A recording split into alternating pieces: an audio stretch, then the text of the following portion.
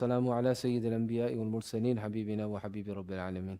So just in a few minutes, we're going to head into the social hall, just making some last minute um, preparations. So this book that we've been covering in Ramadan, it's a very nice book. It was a book that was written in Arabic by a great scholar named Imam Sha'rani, Abdul Wahhab al-Sha'rani, rahmatullahi alayh. The book is called Al-Anwar fi Adab al-Suhbah, the lights, the illuminating lights on the etiquettes of companionship. It's been translated into English now. It's called The Code of Companionship. You could find this on Amazon or any other bookseller. So this book goes through the rights that our Muslim brothers and sisters have on us and the etiquettes that we should practice in dealing with them. So there's some very good advices in there.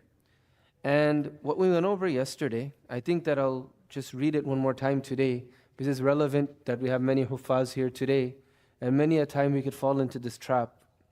He says that وَمِنْ حَقِّ الْأَخِ عَلَى الْأَخِ, the rights of brotherhood entail أَن يَرَى نَفْسَهُ دُونَهُ عَلَى الدَّوَامِ, that a person considers their companion to be better than them, meaning you consider yourself to be lower than your companions continuously.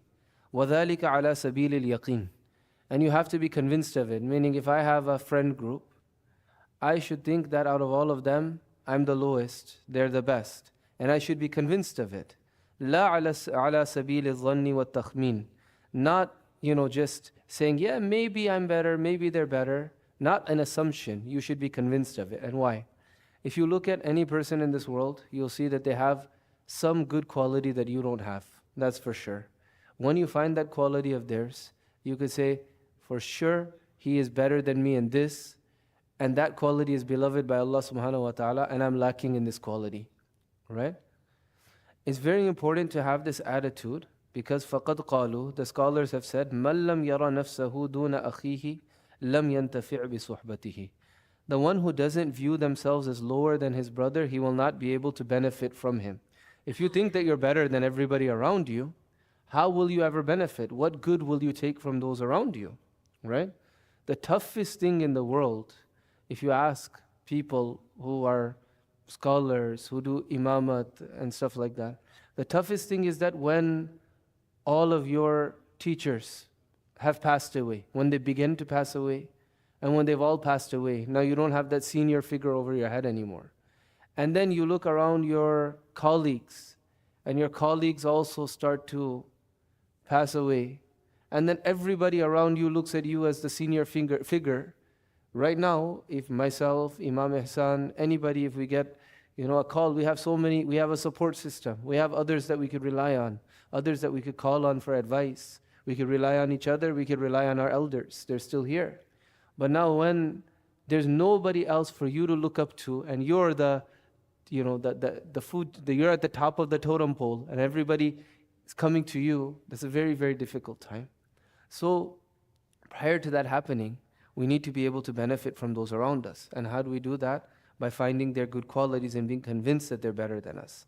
وَمِن كَلَامِ الشَّيْخ أَبِي الْمَوَاهِبِ الشَّاذِلِي, Imam Shadili rahimahullah, he said, لَمَّا عَلِمَ أَهْلُ اللَّهِ أَنَّ كُلَّ نَبَاتٍ لَا يَنْبُتُ وَلَا يُثْمِرُ, that when the friends of Allah realized that no plant will come out and give fruits إِلَّا بِجَعْلِهِ تَحْتَ الْأَرْضِ, except that it's under the earth, تَعْلُوهُ الْأَرْجُلِ, and people trample over it, over that earth. جَعَلُوا نُفُوسَهُمْ أَرْضًا لِلْكُلِّ, they made themselves the earth for everybody else to trample on, so that they could give fruit.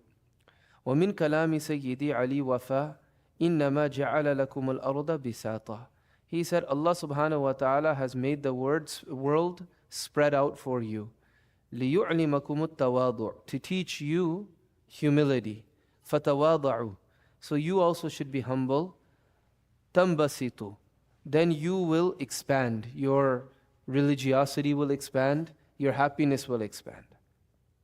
وَمِنْ حَقِّ الْأَخِ عَلَى الْأَخِ أَن يُؤْثِرَهُ عَلَى نَفْسِهِ فِي كُلِّ شَيْءٍ, is that a brother will always prefer his brother over himself in everything. This is established from the hadith.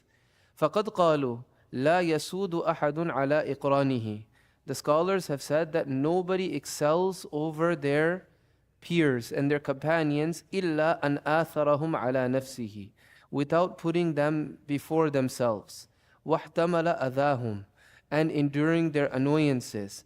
ولم يشاركهم في شيء مما استشرفت إليه نفوسهم, and not competing with them for that which they desire.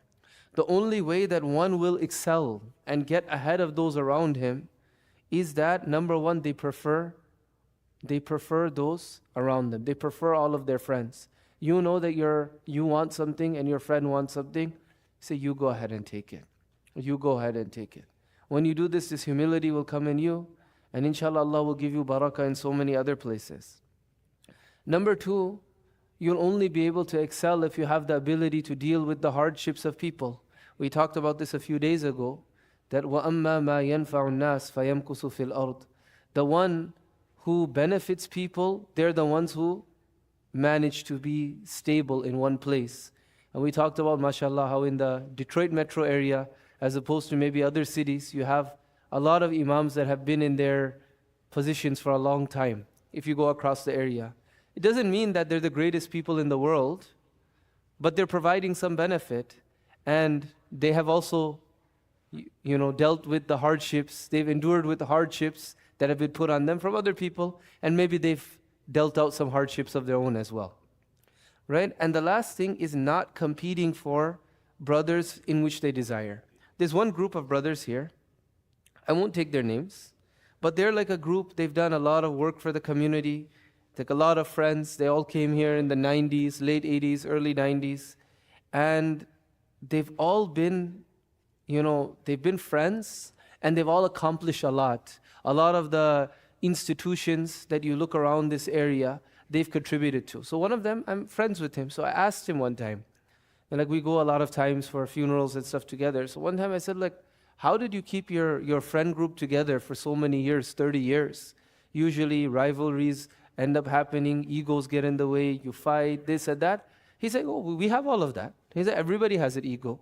Everybody has, different desires. Sometimes we want different things. He said, so we all made sure that we don't get into one another's lane. So if one of us wants, it's the first one to take the initiative to do something, we all rally behind him and we support him, but we will never try to compete with him. We will never try to take that lead role from that person. He said, because we let everybody stay in their lane and we let everybody have their lane, that's how we all were able to maintain our friendships. Otherwise, if we started to get in one another's lane, start to compete, you're doing something, I'm going to do something similar, he said that would have led to arguments. Because underlying any group effort, there's going to be some underlying tensions. Sahaba radiallahu anh, they had this as well. If we look at the ahadith, there were some tensions between the Sahaba radiallahu anh.